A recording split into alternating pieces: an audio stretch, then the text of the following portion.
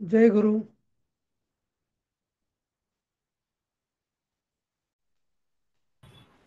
जय गुरु sir. हा, जय गुरु. तर आपण काल हे पाचवा पाठ सुरू केलेला होता, बरोबर? आणि त्याचे शब्द आपण बघत होतो. हं? तर पहिल्या पानावरचे झाले होते. हा, हे पण बघितले होते ना, मला वाटतं शब्द वाचलेले आहेत आपले, बरोबर? तर शंके सगळे झाले होते, प्रापितः पर्यंत झालं होतं. झालं होतं ना, ठीक आहे. ओके. आता सगळे आले का? हा. तर हे जे आहे, तर हे जे आपण बघतो ना, तर हे वेणी संहार नावाचं एक संस्कृतमध्ये नाटक आहे. हं? त्यातला हा एक उतारा किंवा प्रवेश आहे असं म्हणा. हं? तर वेणी संहार म्हणजे काय? तर हे लिहिलेलं आहे नाटक भट्ट नारायण नावाच्या नाटककारांनी लिहिलेलं आहे. असं म्हटलं जातं की ते पूर्वीच्या म्हणजे बंगाल प्रदेशातले ते होते. आणि जवळपास हे म्हणजे असं म्हणतात एक 1300-1400 वर्ष जुनं असं हे नाटक असावं असा अंदाज आहे. हे जे नाटक आहे, तर हे महाभारतात वरती आधारित आहे. महाभारतामध्ये सगळ्यांना तुम्हाला माहिती असेल की द्रौपदीचं जे वस्त्रहरण झालेलं असतं, तेव्हा भीमानी अशी प्रतिज्ञा केलेली असते की मी ज्या म्हणजे दुःशासनाने द्रौपदीची साडी फेडलेली असते, वस्त्र फेडलेलं असतं, तर आणि तर त्या म्हणजे ते हात किंवा ती कवटी त्याला मी फोडेन. आणि असं म्हटलं जातं, मूळ महाभारतात बहुतेक नाही आहे तसं, पण असं म्हटलं जातं की द्रौपदीने प्रतिज्ञा केलेली असते, म्हणजे ती एकवस्त्र असते आणि तिचे केस मोकळे असतात तेव्हा, रजस्वला असते तर. तेव्हा असं म्हटलं जातं की तेव्हा भीम जेव्हा तिचं वस्त्रहरण होतं तेव्हा प्रतिज्ञा करतो की मी म्हणजे ज्या हातांनी दुःशासनाने, कारण दुर्योधन दुःशासनाला आज्ञा देतो की हिचं वस्त्र फेड म्हणून, तर वस्त्रहरण कर म्हणून. तर भीम तिथे प्रतिज्ञा करतो की ज्या हाताने तिने त्याने तिचं वस्त्रहरण केलं, ते हात आणि त्याचं फोडीन. आणि असं पुढे असंही म्हटलं जातं की त्याचं जे छाती आहे, ती छाती किंवा फोडून, मांड्या फोडून त्या रक्ताने मी द्रौपदीचा वेणी घालीन. आणि तोपर्यंत द्रौपदी वेणी म्हणजे बांधणार नाही, केस मोकळेच सोडेन, अशी द्रौपदीची आणि भीमाची प्रतिज्ञा असते. या एका कथेवरती हे पूर्ण नाटक रचल्या गेलेलं आहे. हा. आणि मग या नाटकाचं म्हणजे तो हे आहे की तो दुःशासनाला हे करून म्हणजे त्या द्रौपदीची वेणी बांधतो, असा जो नाट्यमय जो प्रसंग आहे, त्याच्या त्याच्या रक्तानी असं रक्तानी माखलेले जे हात असं रक्त उंजळीत तो घेऊन येतो. त्याने तिच्या केसांना रक्त लावतो दुःशासनाचं. आणि तिचे केस म्हणजे ते तिची वेणी तो स्वतः घालतो भीम. हा. तर असं ते नाटक आहे आणि त्या महाभारतातली एक कथानक आहे. तर असं म्हणतात की मूळ महाभारतात एवढं काही नाट्यमय नाही आहे, पण हे आता वेणी संवार हे जे नाटक आहे, हे त्यांनी अशा, जसं आपल्यामध्ये पण नाही का इतिहासातलं थोडे काही गोष्टी अशा अधिक रंगवून सांगितल्या जातात, तसं हे जरा तो प्रसंग जरा नाट्यमय आणि अधिक रंगवून सांगितला गेलेला आहे. तर हे 6 अंक या नाटकामध्ये. आणि हा जो हे जे आता जे आपण बघतो, हा आपला जो उतारा किंवा प्रवेश आहे, तर हा 3ऱ्या अंकातला प्रवेश आहे. हं. तर या 3ऱ्या अंकामध्ये काय होतं की महाभारताचं युद्ध जेव्हा सुरू होतं, तर पहिले 10 दिवस भीष्म असतात सेनापती. नंतर मग 3 दिवस द्रोण असतात आणि तिसऱ्या दिवशी, तिसऱ्या की 15व्या दिवशी मला आठवत नाही एक्झॅक्टली, बहुतेक मला वाटतं तिसऱ्या, नाही, एक दिवस कर्ण, एक दिवस शल्य, नाही, बहुतेक मला वाटतं 5 दिवस द्रोणाचार्य असतात सेनापती. आणि हे 15व्या दिवशीचं हे म्हणजे द्रोणाचार्यांचा वध केला जातो, बरोबर? कोण करतं वध माहिती आहे तुम्हाला? द्रोणाचार्यांचा वध दृष्टद्युम्न. दृष्टद्युम्न तो वध करतो. हम्म. आणि त्याच्या आधी एक थोडीशी कथानक होतं की द्रोणाचार्य अगदी म्हणजे खूप मोठा पराक्रम करत असतात त्या दिवशी. इनफॅक्ट द्रोणाचार्य सेनापती असतानाच तो अभिमन्यू जयद्रथ अभिमन्यू वध, मग जयद्रथ वध वगैरे होतो. म्हणजे अक्षरशः द्रोणाचार्य कोणालाच आठवत नसतात. तर मग शेवटी कृष्ण युक्ती देतो की त्यांचं पुत्रावरती अतिशय प्रेम आहे, त्यांना अश्वत्थामाला पूर्ण पृथ्वीचा सम्राट करायचं असतं द्रोणाचार्यांना. तर म्हणे त्याला जर मारलं तर ते उद्विग्न होतील आणि शस्त्रत्याग करतील. बरोबर.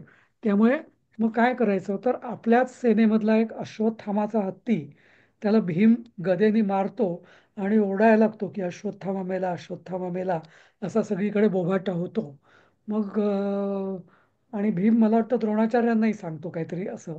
तर द्रोणाचार्यांचा त्याच्यावर विश्वास, पण ते म्हणतात कोणाला विचारावं, म्हणजे एकदम ते गर्भगळीत होतात तसे. पण आता काय करायचं? ते म्हणतात नाही, युधिष्ठिर जो आहे तो सत्यप्रिय आहे, धर्मप्रिय आहे. तो कधी बाकी कोणी काही बोलेल आपल्या सेनेतले पण पण आपण युधिष्ठिराला विचारूया. हा. तर मग युधिष्ठिराकडे ते जातात आणि मग त्यांना असं जे नरोवा कुंजरोवा ही जी म्हण आलेली आहे आपल्या ह्याच्यात, तर कुंजर म्हणजे हत्ती. बरोबर. तर कृष्ण असं म्हणतात की युधिष्ठिराला सांगतो की तू तुला द्रोणाचार्य विचारतील तर तेव्हा तू अश्वत्थामा मेला का, तर तेव्हा तू हो म्हण. कारण तू जर आता एक युक्ती केली नाहीस तर द्रोणाचार्य कोणाच्याने आटोपले जाणार नाही आणि तुला हे करणं आवश्यक आहे. तर मग असं म्हटलं जातं की अश्वत्थामाला म्हणजे द्रोणाचार्य युधिष्ठिराला विचारतात की अश्वत्थामा मेला का, तर युधिष्ठिर म्हणतो हो. आणि मग हळूच म्हणतो नरोवा कुंजरोवा, म्हणजे माणूस, नरो म्हणजे माणूस, नरहा वा कुंजरहा वा, म्हणजे माणूस की हत्ती, असं. म्हणजे म्हणजे हे माहिती नाही आहे पण ते तो हळू बोलतो. हा. पण आणि असं म्हणतात की युधिष्ठिराचा जो रथ असतो तो 4 बोटं वरनं चालत असतो पृथ्वीच्या, म्हणजे हवेतनं चालत असतो. कारण तो कधीच तो खोटं बोललेला नसतो, सत्यप्रिय असतो, सत्यवचनी. पण तो मग रथ जमिनीवरनं चालायला लागतो असं म्हटलं जातं. असं एक महाभारतामध्ये म्हणजे असं कथानक आहे. महाभारत हे अत्यंत विशाल आहे, अत्यंत म्हणजे अशी असंख्य नाटकं त्यातनं निघू शकतात वेगवेगळ्या कल्पनांमधनं. पण हे कसं मग त्यात कथानक होतं. तर आता ही जी कथा आहे, हा जो प्रवेश, तर हा अश्वत्थामा पितृमरण वार्ताम शृणोती, म्हणजे काय, अश्वत्थामा वडिलांच्या मरणाची वार्ता शृणोती म्हणजे ऐकतो. हा. तर असं हे कथानक आहे अत्यंत. म्हणजे सर हे नंतर आहे का? म्हणजे मारले गेल्यानंतर अश्वत्थामाला सांगतात त्याच्यावर हे नाटक आहे? हे त्याच्यावरती नाटक आहे. हा. बरं. आणि मग पुढे काय होतं, मग ते एकदम शस्त्र त्याग करतात. कोण? द्रोणाचार्य. बरं. आणि त्यांचं अर्जुनाशी युद्ध सुरू असतं. पण अर्जुन मग बाण मारणं बंद करतो. तो म्हणतो ते माझे गुरु आहेत, त्यांनी जर शस्त्र त्याग केलाय तर मी त्यांना मारणार नाही. पण मग धृष्टद्युम्न तिथे पुढे जातो आणि गेले तर गेले, कारण धृष्टद्युम्नाचा त्यांच्यावर खूप राग असतो. कारण त्यांनी इनफॅक्ट दृष्टद्युम्न आणि द्रौपदी ते भाऊ बहीण ना. तर हो. त्याचा जन्मच राजा द्रुपदाने त्यांच्या वधासाठी केला असतो. कारण पूर्वी द्रोणाचार्यांनी अर्जुनाद्वारे द्रुपदाचं द्रुपदाला हरवलं असतं. अर्जुन म्हणजे त्यांचा शिष्य. कारण त्यांचं परत जुनं कथानक आहे की जेव्हा ते परशुरामाच्या, मला वाटतं ह्याच्यात असतात तेव्हा ते एकत्र शिकलेले असतात. पण नंतर द्रुपद राजा असतो आणि मग द्रोण म्हणजे ब्राह्मण असतात, त्यांच्याकडे काही पैसे नसतात. मग ते काहीतरी मदत मागायला जातात तर द्रोणाचार्य त्यांना सभेतनं हाकलून देतो. आणि मग द्रोणाचार्य प्रतिज्ञा करतात की ठीक आहे, तुला एवढा माज आलाय का, मी तुला माझ्या शिष्याकडनं हरवीन. कारण ब्राह्मण असल्यामुळे ते स्वतः युद्ध करणार नाही, पण माझ्या शिष्याकडनं. आणि मग ते अर्जुन जेव्हा त्यांना गुरुदक्षिणा विचारतो, जेव्हा त्यांचं शिक्षण पूर्ण झाल्यावर, तेव्हा ते सांगतात की तुला गुरुदक्षिणा द्यायचीच असेल तर द्रुपदाचा वध कर आणि त्याला माझ्यासमोर फरफडत आण. तर तसं तो आणतो असं ते. आणि मग द्रुपद त्याच्यानंतर मग तप करतो आणि तो यज्ञ करतो आणि त्यातनं यज्ञाच्या वेदीतून दृष्टद्युम्न आणि द्रौपदी, म्हणून तिला अग्निकन्या पण म्हटलं जातं द्रौपदीला. आणि त्याच्याचबरोबर दृष्टद्युम्न पण निर्माण झालेला असतो. असं ते कथानक आहे. पण मग तो दृष्टद्युम्न त्यांचा केस पकडून त्यांना असा तलवारीने त्यांचं शिर धडा वेगळं करतो. आणि लोक म्हणत असतात की अरे ते असं निहत त्याला मारू नये वगैरे वगैरे. पण तो काय ऐकत नाही. तो म्हणतो मला तर यांचा सूड घ्यायचाच आहे. असं असं ते म्हणजे द्रोणाचार्य शस्त्र असताना युद्धात मारले जात नाहीत. त्यांना असं दृष्टद्युम्नानी किंवा या सगळ्यांनी असं, पण शेवटी त्या युद्धाला फसवून अभिमन्यू हा फसवून मारले जातात म्हणजे त्यांना. हा पण आता कसं आहे ते कृष्णानेच ती युक्ती सांगितली असते. कारण तो म्हणतो की तुमचा जर पक्ष सत्याचा आहे पण हे सगळे द्रोणाचार्य वगैरे सगळे लोक जे आहेत हे असे आहेत की तसे तर मारले जाणार आहेत. चुकीच्या चुकीच्या पाठीशी उभे आहेत, म्हणजे कौरवांच्या. हा त्याचं कारण त्यांच्या दृष्टीने वेगळं असतं. जसं भीष्माचार्यांना सुद्धा शेवटी ते म्हणजे शिखंडीला जेव्हा समोर आणलं जातं तेव्हा ते भीष्माचार्य शस्त्र त्याग करतात. आणि मग शिखंडीच्या मागून अर्जुन त्यांना बाण मारत राहतो. आणि मग ते खाली पडतात तर त्यांना अर्जुन खाली पडू देत नाही. बाणांची तो गादी तयार करतो आणि त्याच्यावर त्यांना शरशय्येवरती झोपवलं जातं. अशी ती कथा आहे नाही का. तर म्हणजे ही तर भीष्माचार्य आणि कृष्ण द्रोणाचार्य नीती. हा तेच. कोणाचा तरी खरखर म्हणून तर आवाज येतोय. कृष्ण ग्रेट आहे. तर ठीक आहे म्हणजे त्याचं, तर हे सगळं ते, हे मी तुम्हाला एवढं सांगतोय म्हणजे की हे सगळं याची सगळी पार्श्वभूमी आहे. आणि अशा रीतीने आता अश्वत्थामा पितृमरणाची वार्ता कशी ऐकतो, तर हे त्याचं कथानक आहे. हा तर वाचा एक एक जण. हे बाकीच्यांनी म्यूट करा जरा, कोणातरी ना खूप खरखर येते. सगळ्यांनी म्यूट करा बघू.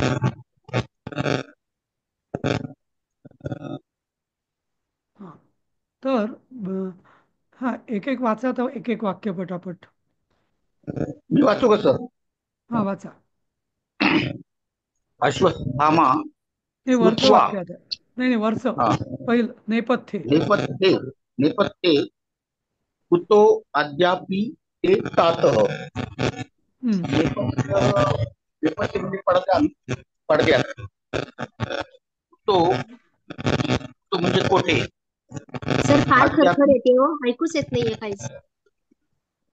अद्यापि म्हणजे आतापर्यंत ते तात म्हणजे वडील. हा बरोबर. तर याची अविनाशजी तुमचं मला वाटतं जरा तुमच्या इथे खरखर येते. तुम्ही म्यूट करा जरा. हा तर हा तर नेपथ्य म्हणजे पडद्यामागून आवाज येतो. हे नाटक आहे बरोबर.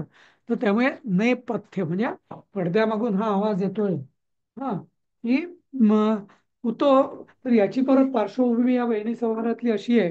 पहिले 4-5 म्हणजे वाक्य या प्रवेशातले असे आहेत की खूप लोक सगळे म्हणजे द्रोणाचार्य त्यांना मारल्यावरती सगळ्या सैन्याची दाणात दाण उडते. सगळे इकडे इकडे पळत असतात. कृपाचार्य कर्ण वगैरे सुद्धा अगदी पळत असतो. कारण म्हणजे तर अश्वत्थामाला कळत नाही की काय चाललंय. सगळे एवढे म्हणजे तो म्हणतो मला तर युद्ध करायचंय पण हे सगळे लोक आपली सेना अशी भरकटत का चालली आहे वगैरे वगैरे.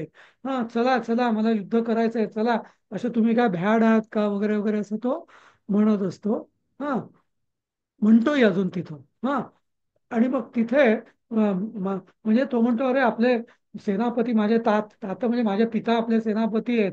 ते असताना तुम्ही असं कसं काय धावपळ करताय, मागे पळताय रणांगणापासून वगैरे वगैरे असं तो काहीतरी म्हणतो. आणि मग पडद्यामागून आवाज येतो. ते तातः अद्य अपि कुतः. म्हणजे काय, तुझे वडील, तात्या म्हणजे वडील, तुझे वडील आज आता कुठे आहेत असं मागणं असा आवाज येतो. हा तर मग आता अश्वत्थामा म्हणजे आता हे नाटक आहे हा सगळं. तर असं पडद्यामागून असा आवाज आला. मग अश्वत्थामा म्हणतोय श्रुत्वा हे ऐकून किम ब्रूथ. हा काय म्हणता. हं, काय म्हणतोस. कुतः अद्यापित येतात इथे. म्हणजे तुझे वडील कुठे आहेत आज आज आता तुझे वडील कुठे आहेत असं असं तो म्हणतो. आणि सरोष म्हणजे क्रोधाने. हा हा उषाताई पुढचं वाचा.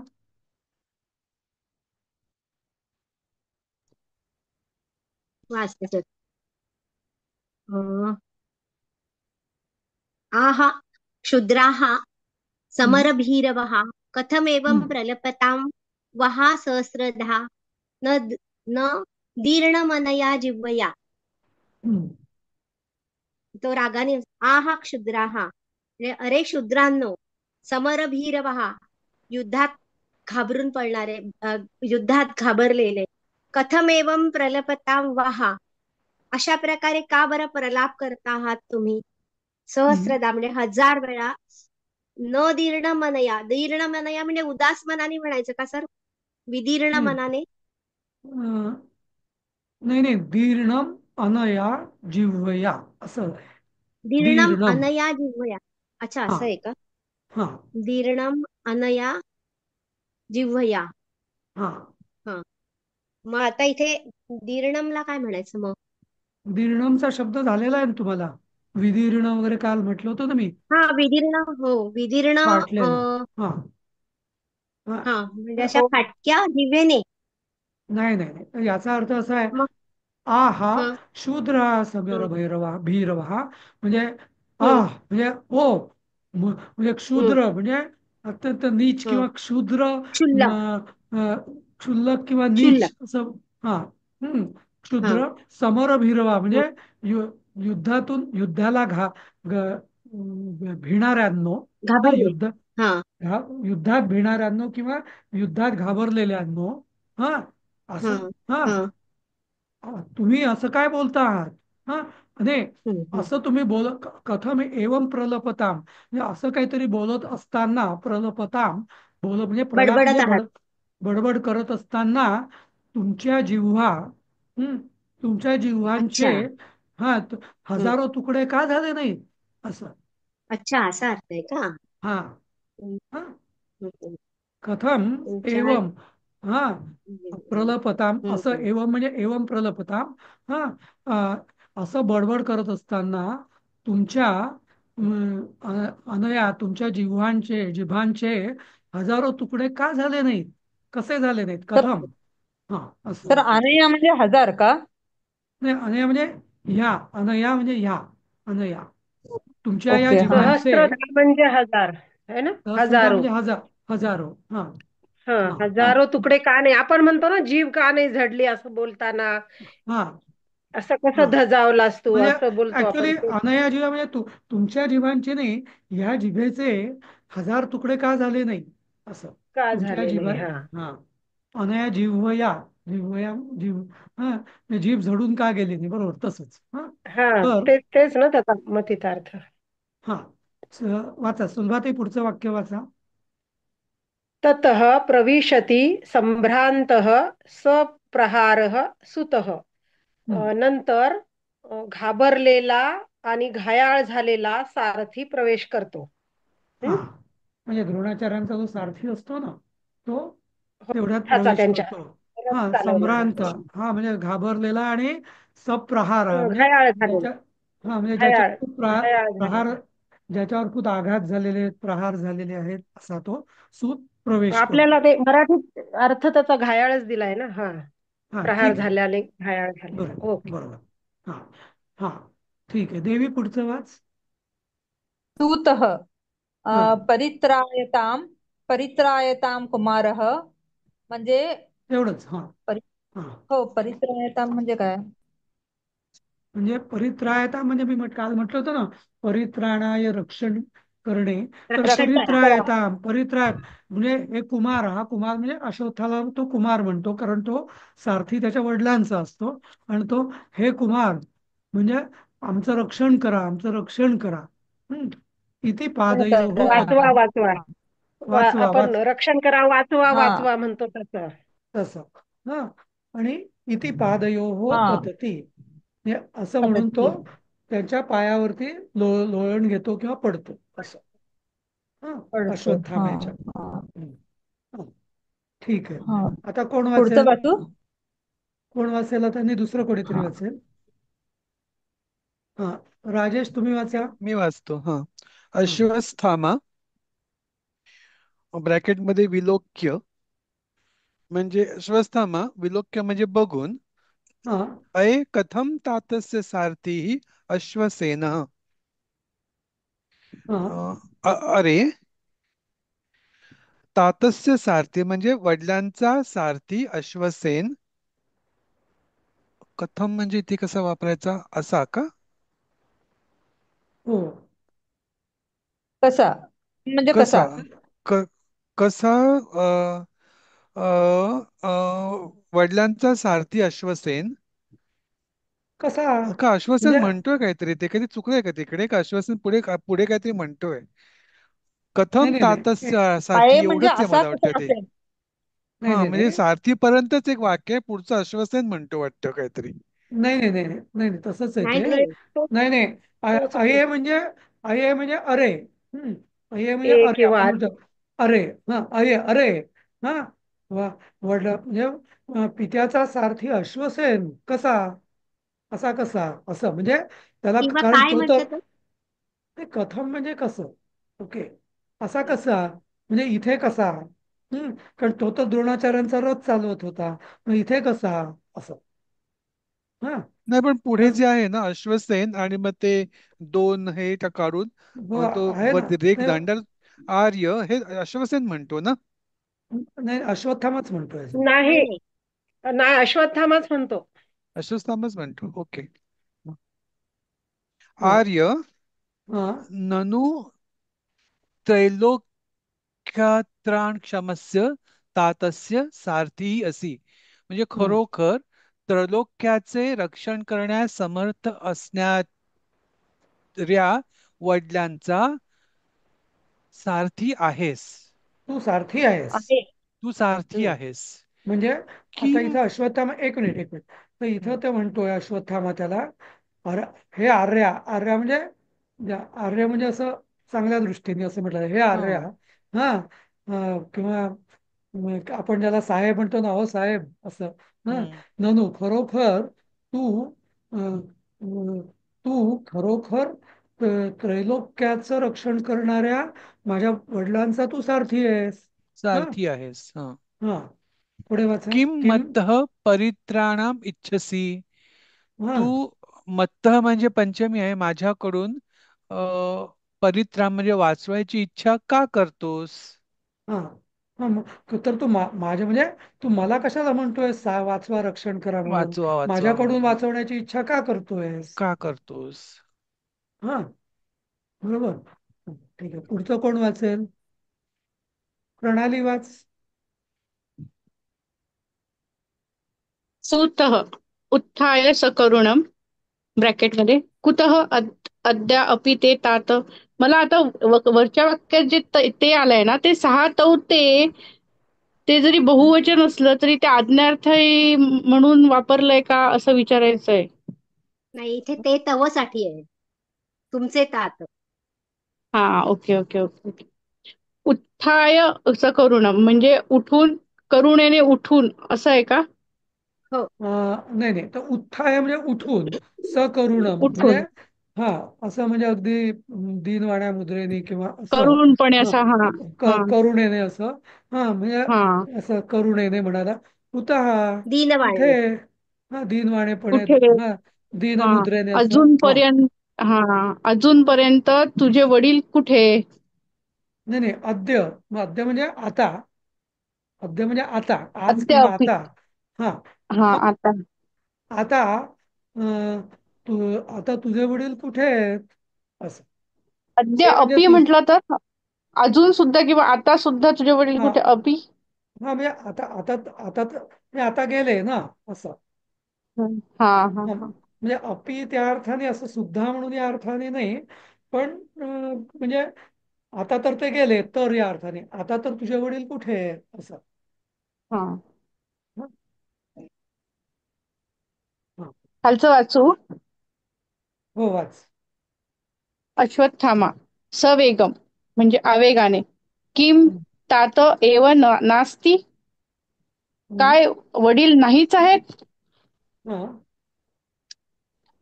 पुढचं नाही, नाही, हा ठीक आहे पुढचं दुसरं कोणी वाचेल हा हा सवेगम म्हणजे सवेगमचा अर्थ दिलेला आहे आवेगाने ना इकडे हा आवेगाने आवेगाने त्वरेने हा म्हणजे अगदी हा म्हणजे लगेच अत्यंत असं लगे आवेगाने हा लगेच. हा. हा आवेगाने. हा हा. काय वडील नाहीयेत असं, वडीलच नाहीयेत, किम तातयव नास्ती, काय वडीलच नाहीयेत असं तो म्हणतो. हं. हं. तर तर मग आता पुढचं कोण वाचेल? पुढचं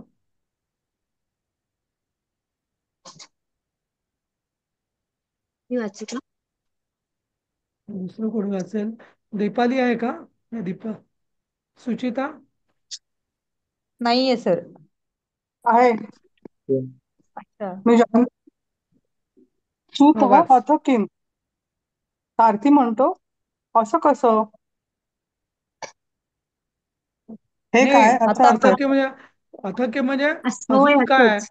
आता काय असं, अजून कुठे, आता कुठे असं, किंवा आता काय असं. अश्वत्थामा म्हणजे म्हणतो, हा तात इति मोहम उपगतः. हा म्हणजे वडिलांबद्दल तो म्हणतोय दुःखाने, की वडिलांना म्हणतो, हा तात म्हणजे वडिलांना म्हणतो, अं, हा तात म्हणजे ओ बाबा, ओ बाबा असं म्हणतो ना आपण तसं. हा आणि त्याला उ- उप वडिलांबद्दल उप उप हा उत्पन्न इथे मोहम इथे म्हणजे. नाही नाही, इथे मोहम उपगत, मोहम हं. उपगत म्हणजे आणि तो मोहात, मोहाला हो हो प्राप्त उत्पन्न झाला, झालं. मोहग्रस्त हं. झाला म्हणजे थोडक्यात तो बेशुद्ध पडला असं, म्हणजे हं. भ्रमित झाला, हो. मोहित झाला असं. हा हा. हं. तर मग आता पुढचं हा वाच. हा सुचिता पुढचंही वाच. हं.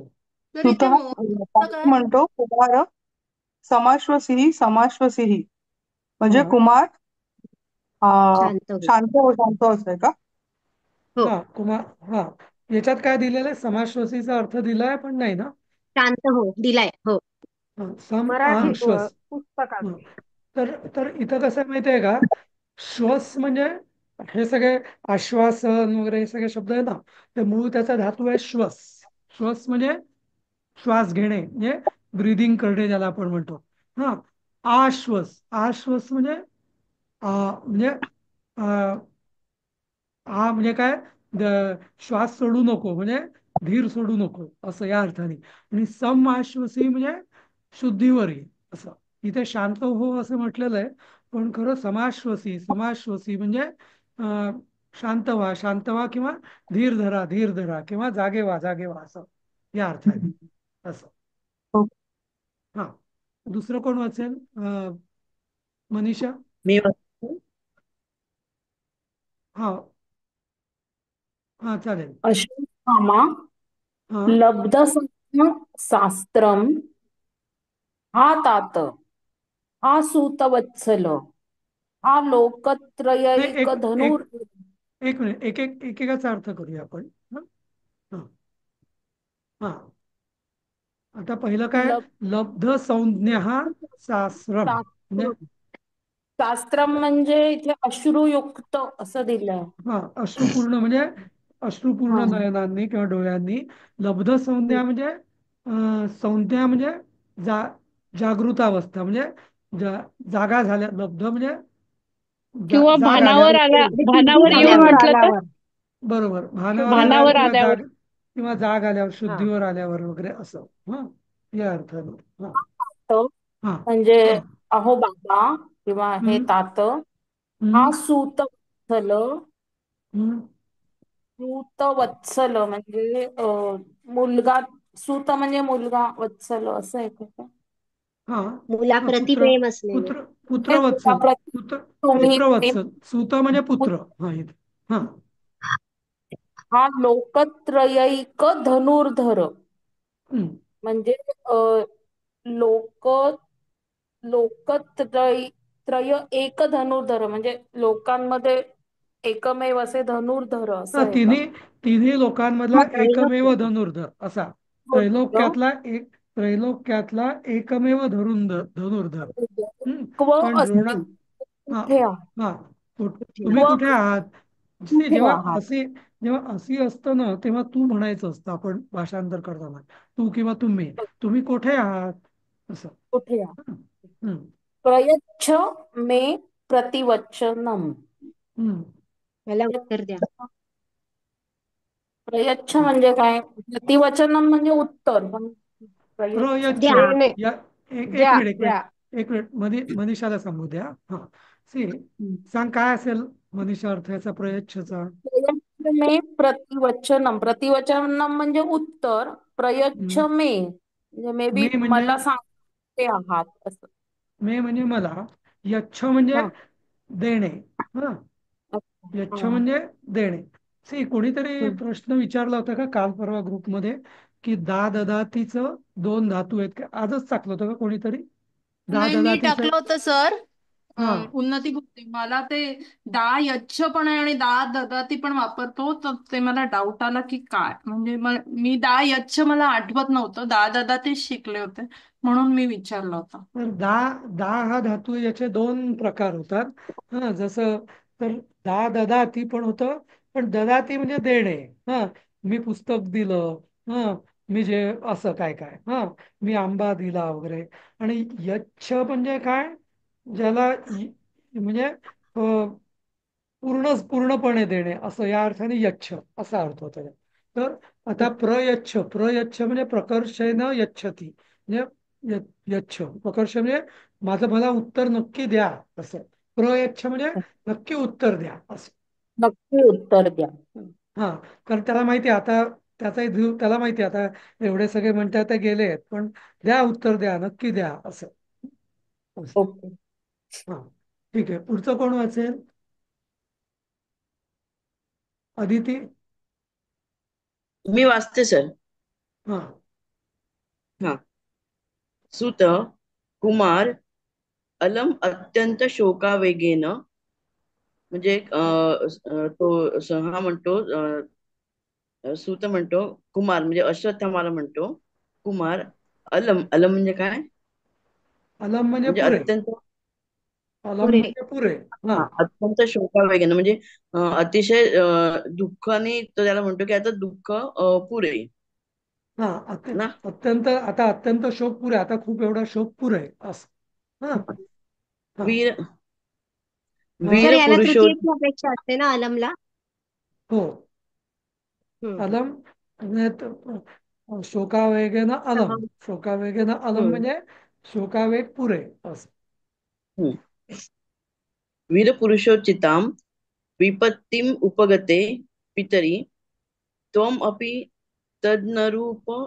तदनरूपेणैव याचा फोड नाही करता येते मला. अनुरूपेण आहे व. तदनरु तत् तद अनुरूपेण एव. तद अनुरूपेण एव वीर्येण शोकसागरम नाही उत्तीर. तत् नाही नाही एक तत् अनुरूपेण इव इव येते हा एव नाही इव. अच्छा तद अनुरूपेण इव. इव. हम्म. ओके. वीर्येण शोकसागरम उत्तीर्य सुखी भव. वीरपुरुषोचिता म्हणजे म्हणजे द्रोणाचार्यांना म्हणताय ना हे वीरपुरुषोचिता. आता याच्यामध्ये दोन वाक्य आहेत. हा काय आहे? की पहिलं वाक्य आहे, पितरी वीर पुरुष उचिताम विपत्तीम उपगता. किंवा म्हणजे वीर पुरुषाला जे उचित असतं हा असं हम्म. अशी म्हणजे विपत्ती म्हणजे अशी संकट संकट किंवा वेळ आली आहे असं संकट का? हा वेळ आलेलं आहे. संकट प्राप्त झालंय हा तुझ्या आपत्ती वडिलांवर. किंवा आपत्ती हा आपत्ती आली आहे. हा उपगत हा म्हणजे प्राप्त झाली तुझ्या वडिलांना पितरी हा वीरपुरुषांना उचित अशी विपत्ती किंवा असं मरणच म्हणता येईल. विपत्ती म्हणजे इथे मरणच आहे. हम्म. हा हो. तर तुझ्या वडिलांना वीरपुरुषाला उचित असं मरण किंवा विपत्ती प्राप्त झाली. उपगत हा म्हणजे प्राप्त झाली. हम्म आता पुढचं तो म्हणतोय त्वम अपि म्हणजे तू सुद्धा तत् अनुरूपेण त्याला अनुरूप असं हा इव. इथे ना संधी इव आणि एव दोन्ही म्हणजे ऐच होतं. अनुरूपेण एवच होईल बरोबर. त्याला अनुरूपच हा वीर्येण हम्म. त्यांना अनुरूप अशाच वीरवृत्तीने, वीर्येण म्हणजे वीरवृत्तीने शोकसागरम उत्तीर्य. शोकसागरम उत्तीर्य म्हणजे अं, अं, पार करून. शोकसागरा, हा, म्हणजे हे जसं, दुःख पार कर तू. हा, आता जसं ते मी उत्तीर्य, हा, नंतर ते आगत्य, य प्रत्यय आपण लावतो ना, य प्रत्यय त्याचं म्हणजे करून, तसं तर उत्तीर्य म्हणजे म्हणजे उत्तीर्ण करून किंवा पार करून. तीर, तीर म्हणजे तरणे. तरणे ज्याला आपण म्हणतो हिंदी में तैरता है वगैरे असं. तर तैरणे म्हणजे पार करणे. हम्म. तर हम्म. शोकसागर उत्तीर्ण म्हणजे शोकसागर, शोकरूपी सागर त्याला पार करून सुखी हो आणि सुखी हो. इथे सुखी म्हणजे शांत हो असं. हा, म्हणजे आणि ते शोकामधून बाहेर यायचा. हा, म्हणजे शोक, हा, म्हणजे तो सांत्वन करतोय त्याचं. हा, म्हणजे असं दुःखातून बाहेर यायचं असं. दुःखातून बाहेर असं. हा, विद्याताई आणि पुढचं वाचा तुम्ही. हा, वीर्येण म्हणजे धीराने का सर? वीरवृत्ती नाही. वीर्य का म्हणजे वीरवृत्तीने? वीर्य म्हणजे वीरवृत्ती किंवा किंवा धीरा, धीर, हा, धैर्याने असं. किंवा पण इथे धैर्याने, हा हा. पण इथे वीर्याने म्हणजे शूरपणे असं. वीर्याने म्हणजे शूरासारखे किंवा हा शूरासारखे, शूरपणे. शूरपणे, हा, असं. हा, विद्याताई वाचा. शौर्याने. हा, शूरपणे किंवा शौर्याने. हा, हा, वाचा पुढचं. अश्वत्थामा अश्वत्थामा हम्म. अश्रून् विमुच्य अश्रुणी आर्य विमुच्य. हा, नाही, याचा अश्रूनि आधी अनुवाद करा. विमुच्य हा, अश्रूंनी विमुच्य म्हणजे अश्रू थांबून किंवा मुच्य पुसून. म्हणजे नाही, विमुच्य हा म्हणजे मोकळे म्हणजे मोकळे सोडून. ऍक्च्युअली मोकळे सोडून म्हणजे त्याच्यात अश्रू वाहतायत म्हणजे असं तो, हा, म्हणजे रडून असं म्हणता येईल किंवा अश्रू सोडून असं. हा, अश्रू सोडून विमुच्य. हा, आर्य हा, का कथय सर? आर्य काय म्हटलं? वाचू ना. पुसून ना? नाही, पुसून नाही. विमुक्त म्हणजे मुक्त म्हणजे मोकळे करून, डोळे मोकळे करून विमुच्य. असं.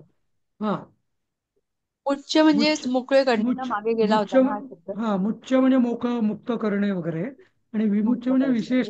म्हणजे विशेष असं, म्हणजे सगळे डोळे, डोळे अगदी त्याचे जे भरलेले होते पाण्याने ते जरा मोकळे करून थोडे असं. हा. हा, हा, डोळ्यातून अश्रू वाहत असताना हा, असं म्हटलं तरी चालेल. बरोबर. आर्य कथय कथम ता तादृश त्राकृत त्रादृक हम्म, भुजवीर्य सागरः तातोपि नाम अस्तम उपगता हम्म. किम भीमात गुरुदक्षिणा नाही, नाही, गुरुगदात एक मिनिट, एकच पहिलं वाक्य पूर्ण करा. हा, आर्य म्हणजे संबोधन आहे ते, ब्राह्मण कथय, किंवा कथय काय म्हणजे सांग, सांग मोठं असं. हा, सांग सांग. हा, कथम तादृक हा, तादृकचा अर्थ निघाला मला. आहे हा, का दिलेला? नाही, नाही, कथम म्हणजे कसे. हा, कसे, कसे कसे. कसे म्हणजे हा, काय झालं?